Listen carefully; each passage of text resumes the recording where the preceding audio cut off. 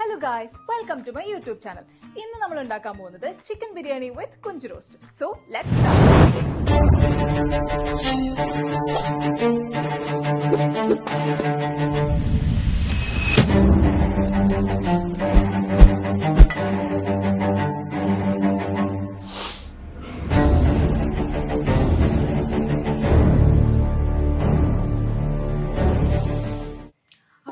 നമ്മുടെ ബിരിയാണി വിത്ത് കൊഞ്ച് roast is ready.